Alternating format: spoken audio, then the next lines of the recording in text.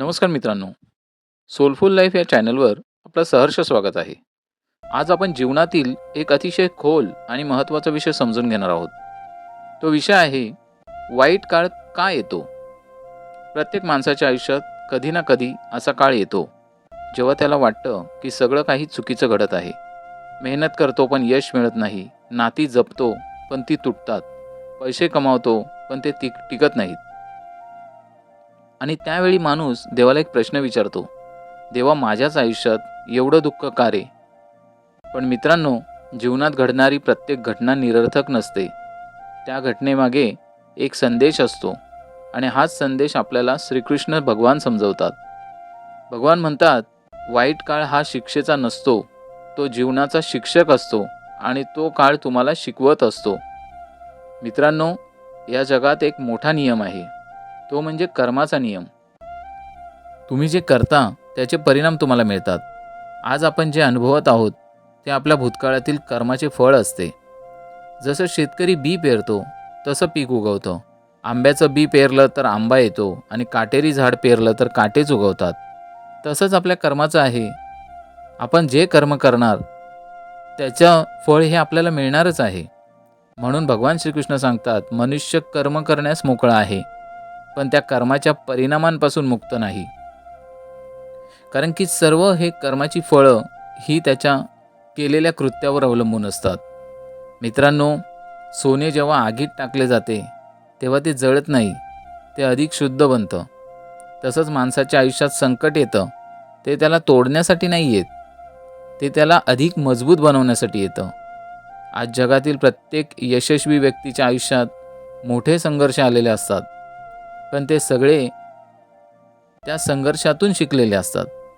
त्यांनी कधी हार मानली नाही, म्हणून ते मजबूत झाले आणि ते यशस्वी व्यक्ती म्हणून नावारूपाला आले. मित्रांनो, जेव्हा माणूस खूप यशस्वी होतो तेव्हा कधीकधी त्याला अहंकार येतो. त्याला वाटतं मीच सर्व काही आहे, माझ्याशिवाय काहीच होऊ शकत नाही. पण जीवन हा अहंकार जास्त काळ टिकू देत नाही. एक संकट येतं आणि ते माणसाला नम्र बनवतं. म्हणून भगवान श्रीकृष्ण सांगतात, अहंकार हा माणसाचा सर्वात मोठा शत्रू आहे. मित्रांनो, मी तुम्हाला एक कथा सांगतो बांबूच्या झाडाची. एक शेतकरी बांबूचे झाड लावतो. पहिल्या वर्षी तो रोज पाणी घालतो, पण झाड वर येत नाही. दुसरे वर्ष जाते तरी झाड वर येत नाही. तिसरे वर्ष जाते तरीही पाहिजे तसं झाड वर येत नाही. चौथ्या वर्षी अचानक ते झाड 90 फूट उंच वाढतं. मित्रांनो, ते झाड चौथ्या वर्षी वाढलं असं नाही, ते 4 वर्ष मुळं मजबूत करत होतं. तसंच आपल्या आयुष्यातील वाईट काळ आपली मुळे मजबूत करण्यासाठी येत असतो. मित्रांनो, चांगल्या काळात आपल्या आजूबाजूला खूप लोक असतात. सगळे आपल्याशी चांगले बोलतात, पण जेव्हा वाईट काळ येतो तेव्हा खरे चेहरे समोर येतात. काही लोक दूर जातात, काही लोक साथ सोडतात, पण काही लोक असे असतात जे तुमच्यासोबत खंबीरपणे उभे राहतात, ज्यांचा तुमच्यावर विश्वास असतो आणि तेच तुमचे खरे लोक असतात. आजच्या काळात प्रत्येकाला सगळं लगेच हवं असतं. यश लगेच हवं, पैसे लगेच हवेत, सुख लगेच हवं, पण जीवनाच्या गोष्टी वेळ घेऊनच मिळतात. श्रीकृष्ण भगवान सांगतात, संयम हा यशाचा सर्वात मोठा मंत्र आहे. वाईट काळ आपल्याला संयम शिकवतो आणि संयम ठेवल्याने बऱ्याचशा गोष्टी आपल्याला आत्मसात करता येतात. सगळ्याच गोष्टी अतिताईपणा केल्यामुळे मिळत नाहीत. काही गोष्टींना वेळ काळ द्यावा लागतो. मित्रांनो, हा संदेश खूप मोठा आहे. वाईट काळ कायमचा नसतो, तो जातो आणि त्यानंतर चांगला काळ येतो. कधीकधी वाईट काळ येतो कारण तुमचा विश्वास तपासला जातो. तुम्ही संकटातही देवावर विश्वास ठेवता का? तुम्ही अडचणीतही सकारात्मक राहता का?